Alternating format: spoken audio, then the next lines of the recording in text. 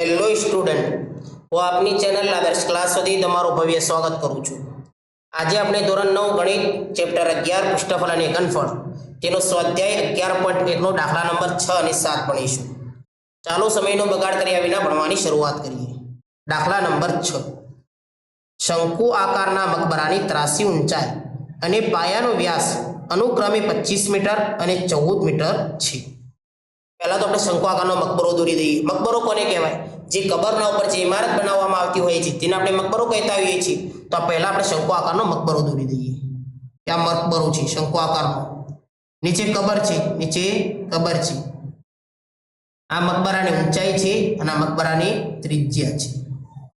તો શંકુ આકારના મકબરાની ત્રાસી ઊંચાઈ અને પાયાનો વ્યાસ અનુક્રમે 25 મીટર અને 14 મીટર છે।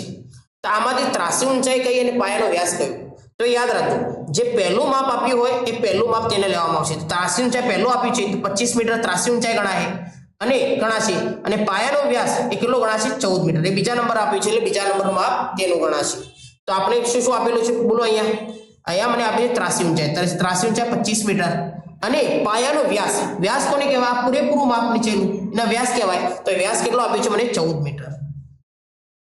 तो तेनी वक्र सपाटी पर એટલે મકબરાની વક્ર સપાટી પર 100 મીટરના વર્ગ મકબરાની વક્ર સપાટી કઈ આવશે? આની કોરેમોરની સપાટી। તો કોરેમોરની સપાટી પર 100 મીટરના વર્ગ એટલે કે ₹210 ચૂનો કરવાનો ખર્ચ શોધો। હવે જો અહીંયા હવે આપણે મકબરા પર ચૂનો કરવો છે। મકબરા પર શું કરવું છે? ચૂનો। તો ચૂનો કરવા માટે જે કારીગર બોલાવ્યો છે એ કારીગર કેટલા ખર્ચો લે છે કે 100 મીટરના વર્ગ એટલે 100 મીટરનો વર્ગ એટલે ક્ષેત્રફળ, મીટરનો વર્ગ આવી જાય એટલે ક્ષેત્રફળ। તો 100 મીટરના વર્ગ એટલે કે કારીગર કેટલા રૂપિયા છે? 210 રૂપિયા। તો ટોટલ ખર્ચો કેટલો થાય એ શોધો। પહેલા તમારે ટોટલ ખર્ચો શોધવા માટે મારે શું શોધવું પડશે? પહેલા મારે શંકુનું મકબરાની વક્ર સપાટીનું ક્ષેત્રફળ શોધવું પડશે। મકબરાની વક્ર સપાટીનું ક્ષેત્રફળ શોધીશું પછી મને ટોટલ ખર્ચો મળી જશે। પહેલા મને શું માપ આપ્યું છે પહેલા લખી દો। મને આપ્યું છે ત્રિયક ઊંચાઈ એટલે ત્રાસી ઊંચાઈ આપી છે 25 મીટર। બીજું મને આપ્યો છે વ્યાસ। તો વ્યાસ તો મારે જોતો નથી, મારે ત્રિજ્યા શોધવી છે। તો ત્રિજ્યા મારે શોધવી હોય તો વ્યાસ જેનો આપ્યો છે એના ભાગ્યા 2 કરી નાખું તો 14/2 એટલે 7 મીટર। ત્રિજ્યા કેટલી મળશે મને? 7 મીટર।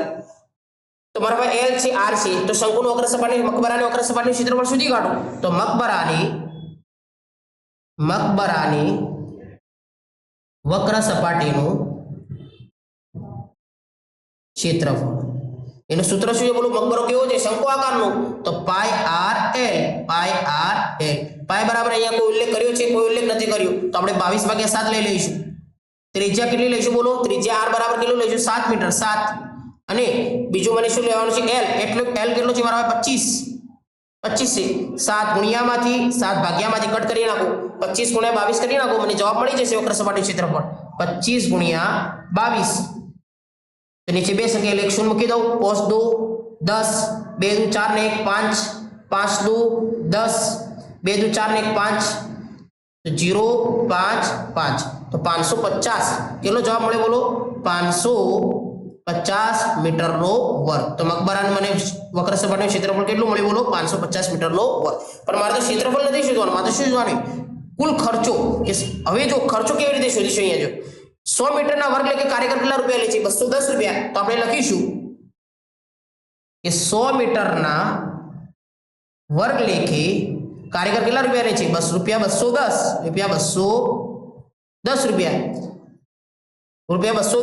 તો આપણે ભાઈ ટોટલ ક્ષેત્રફળ કેટલું મળે? 550 મીટર। કેટલું મળે ટોટલ ક્ષેત્રફળ? વક્ર સપાટી છે 550 તો 550 મીટરના વર્ગ લેખે કેટલા? તો 550 મીટરના વર્ગ લેખે કેટલા રૂપિયા થાય? આપણે શું કરી દો 550 અને 210 નો આપણે ચોકડી ગુણાકાર અને 100 અને અનાનાથી ગુણાકાર કરી દઈશું। તો આપણે ચોકડી ગુણાકાર કરી દઈએ 550 ગુણ્યા 210 ભાગ્યા 100 ભાગ્યા 100। તો હવે આપણે જે ઉડતું ઉડાડી દઈએ। પાછળ શૂન્ય કટ, તો આ શૂન્ય કટ, અહીંયા પણ પાછળની શૂન્ય અને આ શૂન્ય કટ। પાછળની સંખ્યાના પાછળની જે શૂન્ય હોય એ કટ થઈ શકે છે। હવે આપણા પાસે આ એકનું તો કોઈ વેલ્યુ નથી, નીચે। તો 55 ગુણ્યા 21 શોધ્યા તો 55 ગુણ્યા 21 નો ગુણાકાર કરી દઉં 55 ગુણ્યા 21 તો બેનો ગુણાકાર કરી દઈએ। નીચે ક્લાસ શૂન્ય લખી દો, બે સંખ્યા છે એટલે 5 2 10 5 2 10 5 2 10 ને 1 5 2 10 ને 1 11 5 એકા 5 ને 5 એકા 5 તો 5 5 નીચેની બે સંખ્યાનો સરવાળો તો રૂપિયા કેટલો ખર્ચો મળે મને રૂપિયા કેટલો ખર્ચો થશે રૂપિયા 1155 તો લખી દો નીચે તો ચૂનો કરવાનો ખર્ચ ટોટલ ખર્ચ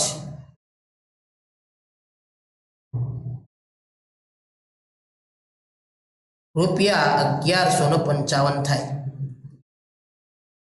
તો અહીંયા આપણે દાખલા નંબર 5 6 પૂર્ણ કર્યું હવે દાખલા નંબર 7 ભણીશું દાખલા નંબર 7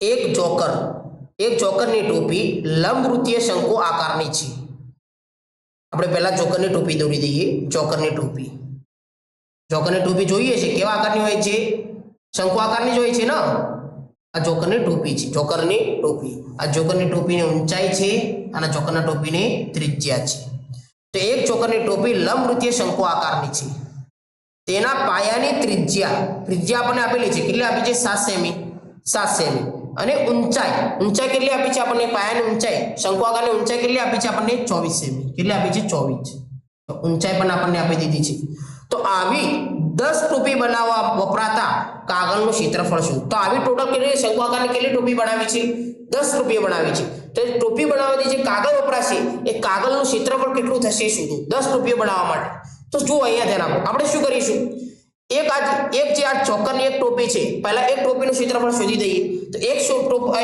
ટોપીનું આપણે ક્ષેત્રફળ મળી જશે તો આપણે શું કરી દઈશું હવે એક ટોપીનું ક્ષેત્રફળ છે એટલું કાગળ વપરાશે તો આપણે એક ટોપીને ગુણ્યા 10 કરી નાખીશું જેટલું ક્ષેત્રફળ મળે એટલે ગુણ્યા 10 કરી નાખીશું તો આપણે 10 એ 10 ટોપીનું ક્ષેત્રફળ મળી જશે તો આપણે સૌથી પહેલા આપણે શું કરીએ એક ટોપીનું ક્ષેત્રફળ શોધી એક ટોપીનું વક્ર સપાટીનું ક્ષેત્રફળ શોધી પહેલા તો જો અહીંયા ધ્યાન શંકુનું વક્ર સપાટીનું ક્ષેત્રફળ લઈશું અહીંયા કે શંકુની કુલ સપાટીનું ક્ષેત્રફળ લઈશું બોલો ચોક્કાનું ટોપીનું ક્ષેત્રફળ શોધવા માટે કાગળનું ક્ષેત્રફળ મારે લેવા માટે શું શોધીશું તો યાદ રાખજો શંકુનું વક્ર સપાટીનું ક્ષેત્રફળ લઈશું શા માટે શંકુની વક્ર સપાટી લઈશું કારણ કે શંકુની ટોપી તો અંદરથી કેવી હોય છે પોલી હોય છે અંદરથી કેવી હોય છે પોલી હોય છે અને અંદરથી પોલી હોય તો આપણે એના અંદર હાથ ટચ કરી શકીશું નહીં તો આપણે શું લઈશું શંકુની વક્ર સપાટીનું ક્ષેત્રફળ શું લઈશું શંકુની વક્ર સપાટીનું ક્ષેત્રફળ અહીંયા ધ્યાન આપો આપણા પાસે શું આપ્યું છે આપણે પહેલા લખી દઈએ અહીંયા મને આપ્યું છે પાયાની ત્રિજ્યા એટલે r આપ્યું છે r બરાબર 7 સેમી બીજું મને શું આપ્યું છે શંકુની ઊંચાઈ કેટલી આપી છે મને 24 સેમી કેટલી આપી છે 24 સેમી હવે શંકુની વક્ર સપાટીનું ક્ષેત્રફળ શોધવું હોય તો આપણે l ફરજિયાત શોધવું પડશે તો l મારે ફરજિયાત પહેલા શોધવું પડશે તો l નો વર્ગ બરાબર સૂત્ર બોલો r નો વર્ગ પ્લસ h નો વર્ગ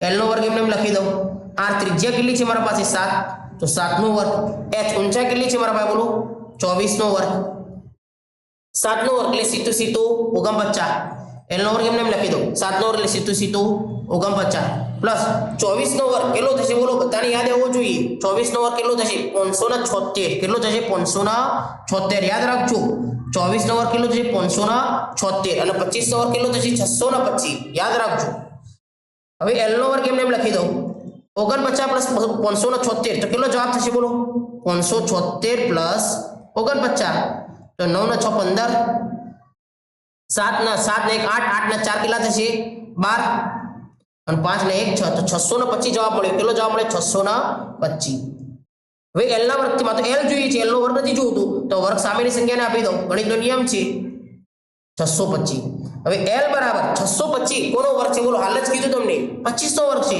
625 કોનો વર્ગ છે તો 625 ના જગ્યા પર હું 25 નો વર્ગ લખી શકું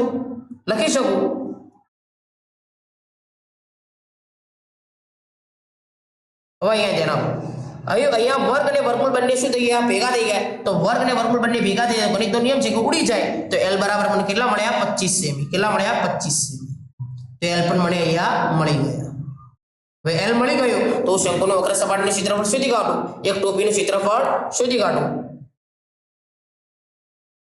તો લખીશ જોકરની ટોપીનું ક્ષેત્રફળ ના જોકરની ટોપી કેવી હોય છે શંકુની વક્ર સપાટીનું ક્ષેત્રફળ જો શા માટે કે અંદરથી પોલી હોય છે તો જોકરની ટોપીનું ક્ષેત્રફળ માટે સૂત્ર કયું લઈશું પાઈ r l શંકુનું વક્ર સપાટીનું ક્ષેત્રફળ પાઈ r l પાય બરાબર કેટલા લો કોઈ ઉલ્લેખ કર્યો છે અહીંયા કોઈ ઉલ્લેખ નથી કર્યો તો 22 છેદમાં ત્રિજ્યા આર કેટલી લો બોલો ત્રિજ્યા કેટલી આપી છે 7 સેમી અને એલ જ આપણને હાલ જ મળ્યો કેટલો મળ્યો એલ કેટલો મળ્યો આપણને 25 સેમી એલ બરાબર 25 હવે આ 7 ગુણ્યામાંથી અને 7 ભાગ્યામાંથી કટ 7 7 કટ 22 અને 25 નો ગુણાકાર કરી દો હાલ જ આગળ કરીને અહીંયા આપણે 25 ગુણ્યા 22 तो 0 5 दो 10 2 दो 4 ने 1 5 5 दो 10 2 दो 4 ने 1 5 0 5 5 तो 550 सेमी नो वर्ग તમારે ક્ષેત્રફળ કેટલું મળ્યું એક ટોપીનું ક્ષેત્રફળ કેટલું મળ્યું 550 સેમી નો વર્ગ જો અહીંયા આ ચોકરની એક ટોપીનું ક્ષેત્રફળ હતું કેટલું એક ટોપીનું ક્ષેત્રફળ હતું અહીંયા ધ્યાન આપો આપણે ટોટલ કેટલા ટોપીનું ક્ષેત્રફળ શોધવાનું છે 10 ટોપીનું ક્ષેત્રફળ શોધવાનું છે તો એક ટોપીનું જે ક્ષેત્રફળ મળ્યું એનો ગુણ્યા 10 કરી નાખો તો 10 એ 10 ટોપીનું ક્ષેત્રફળ મને મળી જશે કે કાગળ છે કેટલું જોઈશે કે 10 ટોપીનું ક્ષેત્રફળ જેટલું મને કાગળ મળી જશે તો 10 ટોપીનું ક્ષેત્રફળ શોધી કાઢો હવે આપણે લખીશું શું શોધવાનું કીધું છે આપણે 10 ટોપી બનાવતા વપરાતા કાગળનું ક્ષેત્રફળ હવે